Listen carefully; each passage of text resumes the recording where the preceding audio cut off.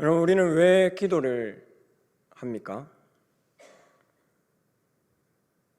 왜 기도를 해야 합니까? 여러분, 이 질문에 대한 첫 번째 대답은 기도는 감사의 중요한 부분이라는 것입니다. 우리가 기도라는 것은 하면 좋은 것이지만 또 안 해도 그리 나쁠 것은 없다라고 생각하는 사람들이 있습니다. 여러분, 대표적으로 이렇게 생각하는 것이죠. 하나님은 어차피 그분의 뜻대로 우리의 기도와 상관없이 행하시는 분이신데 우리가 꼭 기도를 해야 하는가 하는 것입니다. 그러나 기도에 대해서 이렇게 생각하는 것은 기도의 한쪽 측면, 즉 간구만을 생각하고 있기 때문입니다. 그러나 제가 말씀드린 것처럼 기도는 간구뿐만 아니라 감사의 요소도 그 기도 속에 들어 있습니다. 그렇다면 이 감사의 측면에서 볼 때 우리의 기도는 우리의 삶에서 없어서는 안 될 필수적인 요소입니다. 여러분, 무엇보다 기도가 하나님의 명령이라는 것을 우리는 인식해야 합니다. 기도 내가 하고 싶어서 하는 것이 아니라 또 하기 싫어서 안 하는 것이 아니라 하나님께서 명하신 것이라는 것입니다. 여러분, 우리를 구원하신 그 하나님께서는 감사의 기도를 우리에게 요구하십니다. 여러분, 만약 우리에게 감사가 없다면, 감사의 기도가 없다면 그것은 하나님의 은혜를 은혜로 여기지 않고 당연히 받을 권리로 우리가 생각하게 될 것입니다. 그래서 감사가 없는 사람, 또 기도가 없는 사람은 하나님의 그 은혜를 모르는 사람입니다. 그리고 기도를 해야 하는 두 번째 이유는 하나님께서 간구하고 감사하는 자에게만 은혜와 성령을 주시기 때문입니다. 그럼 제가 이 수요일에 여기에 서서 작년과 또 올해까지 10계명에 대해서 우리가 살펴보았습니다. 그 10계명의 마지막 부분 설명에서 우리가 이 10계명을 온전히 지키기 위해서는 성령의 은혜가 필요하다, 그렇게 보았습니다. 그런데 그 은혜와 성령은 오직 기도하는 자만이 얻을 수 있습니다. 우리가 다른 것은 기도 없어도 내 노력으로 얻을 수 있습니다. 그러나 이 성령의 은혜라는 것은 우리의 어떤 노력으로 얻을 수 있는 것이 아닙니다. 무엇을 우리가 연습해서 연마해서 얻을 수 있는 것이 아닙니다. 성령의 은혜는 오직 하나님께 속한 것이기에 하나님께 나와 구하는 자만이 얻을 수 있습니다. 그렇다면 이 기도는 어떻게 가능할까요? 여러분, 다른 종교들도 많이 기도하죠. 그 다른 종교들의 기도는 내가 신에게 하는 것입니다. 그 목적이 나의 수양을 위한 것이든 내가 그 신을 만나기 위한 것이든 어쨌든 그 기도는 내가 신에게 하는 것입니다. 그러나 우리의 기도는 내가 하나님께 하는 것이 아닙니다. 오해가 있으시면 안 됩니다. 이 말은 하나님이 우리에게 하나님 자신을 부르게 하시는 그 일이 바로 기도라는 그 말씀입니다. 우리가 오늘 로마서 8장 26절을 보았습니다. 다시 한번 보실까요? 이와 같이 성령도 우리의 연약함을 도우시나니 우리는 마땅히 기도할 바를 알지 못하나 오직 성령이 말할 수 없는 탄식으로 우리를 위하여 친히 간구하시느니라. 그럼 여기서 성령이 도우신다는 것은 우리의 연약함입니다. 성령은 우리의 연약함을 도우십니다. 그리고 친히 성령께서 간구하십니다. 우리가 연약하기 때문에 간구할 수 없고 우리의 연약함을 도와 성령께서 친히 간구하십니다. 즉 우리의 연약함은 하나님께 기도할 수 없는 연약함입니다. 우리는 죄로 인해서 우리의 눈이 어두워졌고 우리의 의지도 약해졌습니다. 그러므로 우리의 연약함을 도우시는 성령께서 우리를 위해 친히 간구하시는데 우리는 빌 바를 전혀 알지 못하는 것이죠. 그러나 성령께서 간구하십니다. 여러분, 그러면 성령께서 기도하신다는 것이 과연 무슨 뜻입니까? 우리가 기도할 때 내가 분명히 기도하는데 내가 기도하는 것이 아니라 성령께서 하나님께 기도하신다는 뜻일까요? 그런 것은 아닙니다. 로마서는 바로 우리의 본질에 대해서 말씀하고 있습니다. 우리는 전혀 기도할 수 없는 연약한 그런 존재인데 성령께서 우리에게 오셔서 우리의 마음과 입을 열어서 기도할 수 있도록 만들어 주시는 것입니다. 우리는 전혀 기도할 수 없는 존재들인데 그럼에도 성령께서 말할 수 없는 그 단식으로 우리의 연약함을 도우신다면, 그래서 그분이 우리 속에서 기도하게 하시면 우리가 입을 열어, 마음을 열어 하나님께 기도하게 된다, 그 말씀입니다. 여러분, 따라서 이 기도는 믿음이 없는 자는 기도할 수 없고 동시에 믿음이 있는 자는 기도할 수밖에 없다는 것이죠. 왜 이 기도와 믿음이 연결되어 있을까요?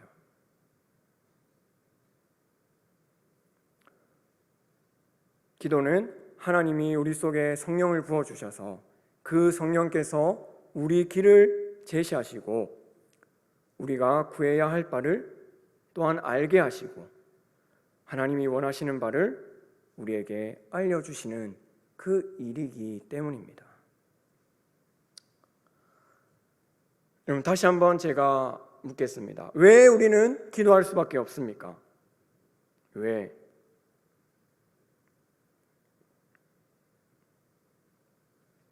우리는 기도하지 않고는 살아갈 수 없습니다.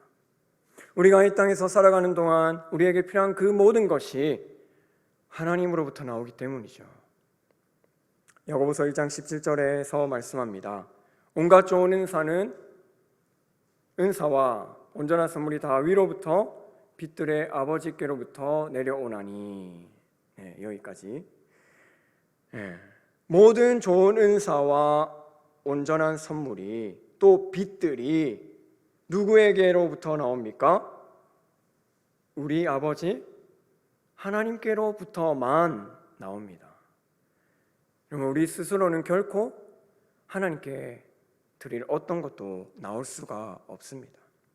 우리는 죄로 뒤덮여 있고 쉽게 교만해지는 그런 존재들이기 때문에 하나님께 전적으로 의지하지 않고서는 결코 우리가 믿는 자로 살아갈 수 없습니다.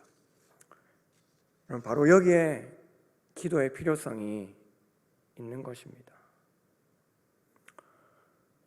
그런데 우리는 이것을 아는 것만으로는 충분하지 않죠.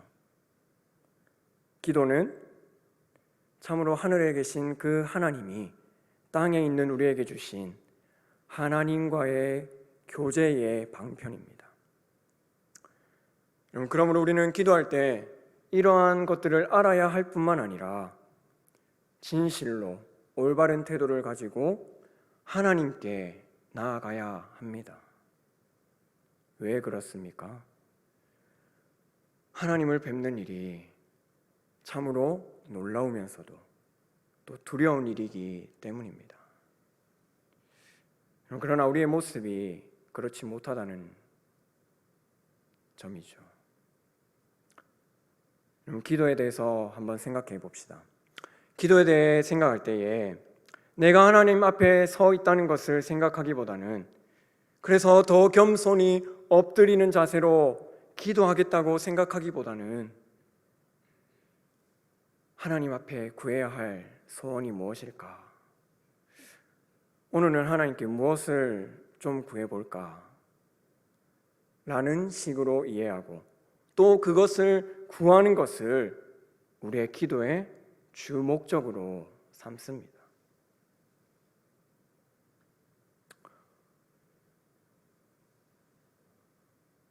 기도는 하늘에 계신 그 하나님께서 땅에 있는 우리들과 교제하시기 위한 방편으로 주신 것입니다. 그러므로 이 기도는 내 편에서 하나님께 무언가를 얻어내려 하는 것이 아니라 하늘에 계신 그 하나님 앞에 있는 자, 곧 떨기나무 앞에 섰던 모세와 같은 그와 같은 태도로 서는 것이 되어야 합니다. 그래서 첫 번째, 오늘 기도의 대상에 대한 바른 이해가 요구됩니다. 우리가 기도하고 있는 그분이 과연 누구인가? 분명히 알고 기도해야 한다는 것이죠. 여로보암 시대에 북이스라엘은 베델과 단에 금송아지 형상을 만들고 그것이 하나님이다 하고 열심히 기도했습니다. 하지만 아무리 열심히 기도했을지라도 하나님은 그것을 가증하게 여기셨습니다. 왜 그렇습니까? 하나님께 기도한다 할지라도 기도의 대상이 되시는 분이 하나님이 아니었던 것이죠.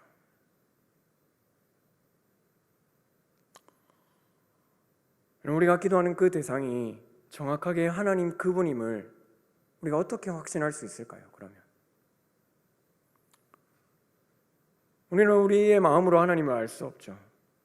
하나님을 알 수 있는 유일한 길은 하나님 자신이 우리에게 알려주신 이 계시의 말씀뿐입니다. 그래서 우리가 기도하고 예배할 때 그 대상이 되시는 하나님을 올바로 이해할 수 있는 유일한 방법은 우리가 받고 듣고 믿은 하나님의 이 말씀뿐입니다. 오늘 기도와 관련해서 기억해야 할 두 번째 태도는 겸손입니다. 우리는 나의 부족과 비참을 똑바로 그리고 철저히 깨달아야 합니다. 그 후에 그분께 겸손히 구해야 하는 것입니다. 이 부족에 대해서 살펴보면 마태복음 6장 33절에서 말씀합니다. 너희는 먼저 그 나라와 그의 의를 구하라. 그리하면 이 모든 것을 너희에게 더하시리라. 아멘. 마태복음 본문에서 여기서 이 모든 것은 먹고 마시는 것입니다. 앞뒤의 문맥을 보면, 즉 주님은 이방인들이 먹고 마시는 것을 구하지만 너희는 먹고 마시는 것을 구하지 말고 그의 나라와 의를 구하면, 그의 나라와 의를 구하면 너희가 그렇게 할 때에 먹고 마시는 문제도 해결될 것이다 라고 말씀하신 것입니다. 그럼 기도는 왜 합니까? 우리 영혼과 몸에 필요한 모든 것이 다 하나님께 있고 하나님만 그것을 우리에게 주시기 때문입니다. 그런데 이렇게 구하는 것이 이방인들이 구하는 것과 완전히 다르다라고 예수님은 말씀하십니다. 어떤 의미에서 그럴까요? 우리는 영혼과 몸에 필요한 것이 있을 때 하나님께 구하는 것이 아니라 영혼과 몸에 필요한 모든 것이 하나님께만 있기 때문에 구하지 않을 수 없는 것입니다. 우리의 모든 필요가 하나님으로부터만 나옵니다.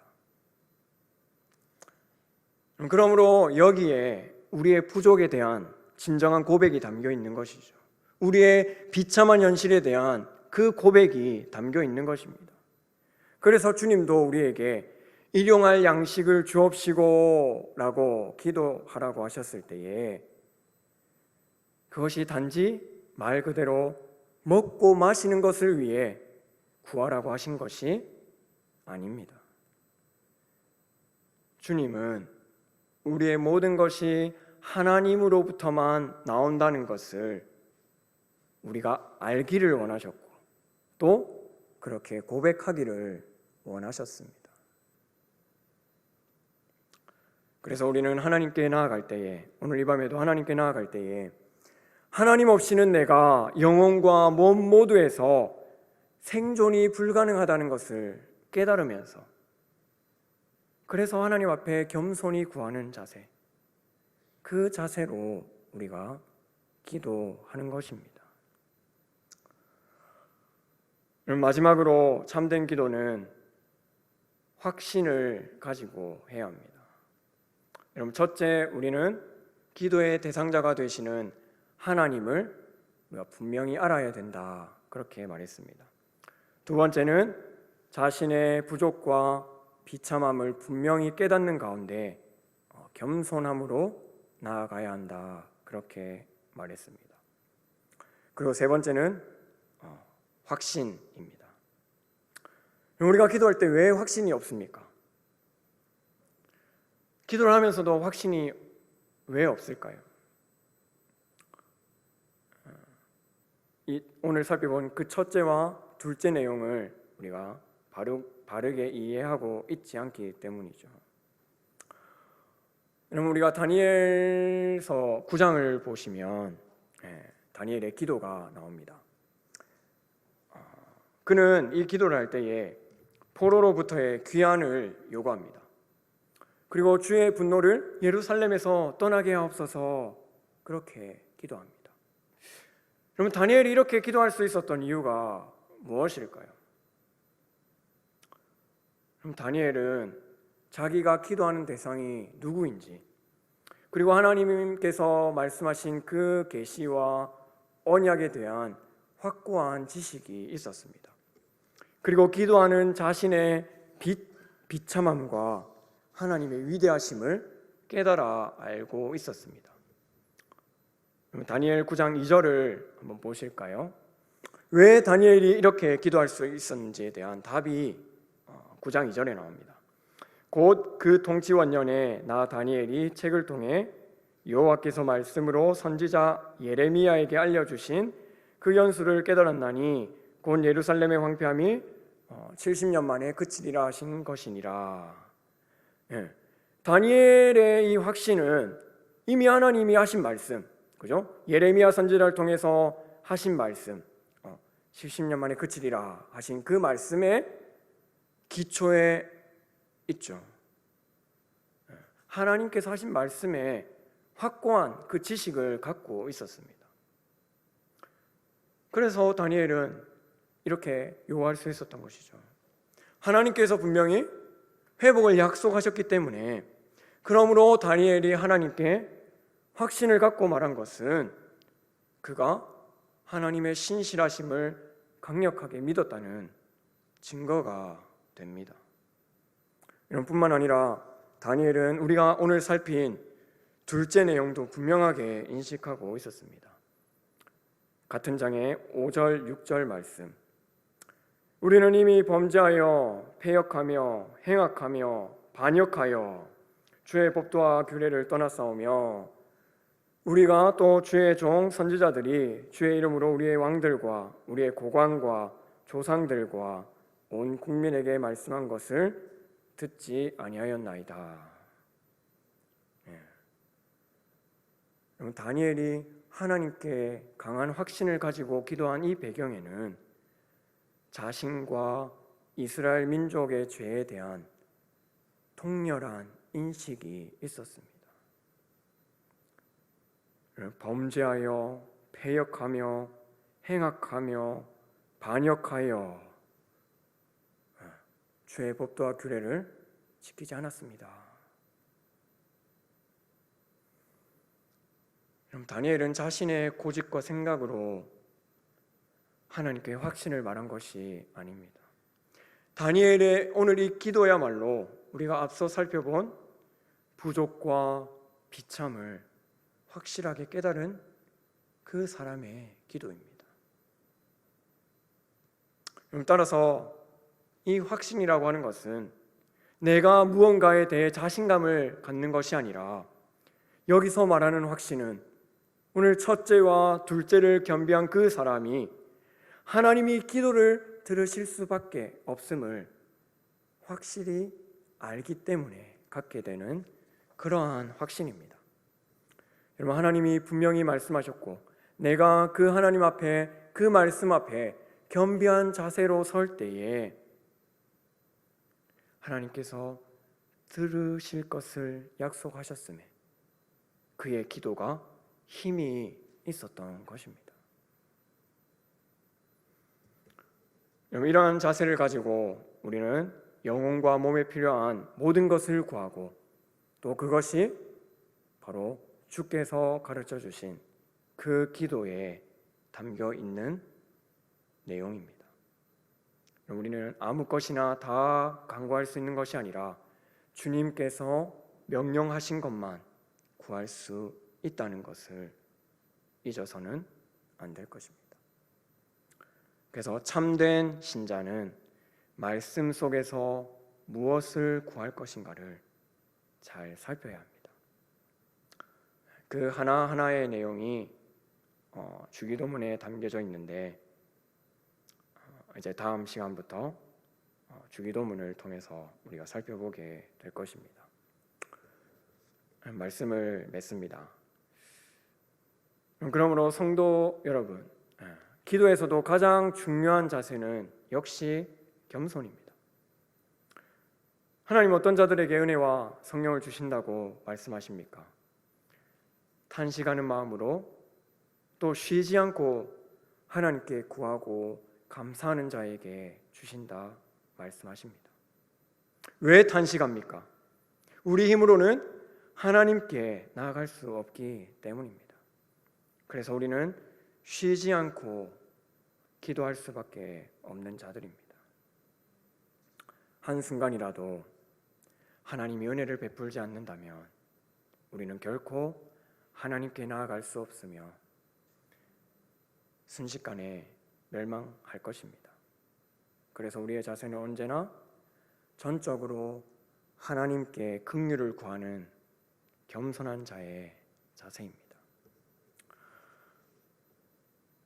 그럼 오늘도 이제 기도하러 나오신 사랑하는 성도 여러분, 기도하는 우리의 자세는 하나님을 정확하게 알고 또 이 하나님 앞에서 자신의 비참함을 깨닫는 것, 그리고 이 하나님을 향한 참된 지식과 자신의 비참에 대한 그 이해의 근거에 언약에 신실하신 그 하나님의 약속을 분명한 확신으로 품는 것입니다.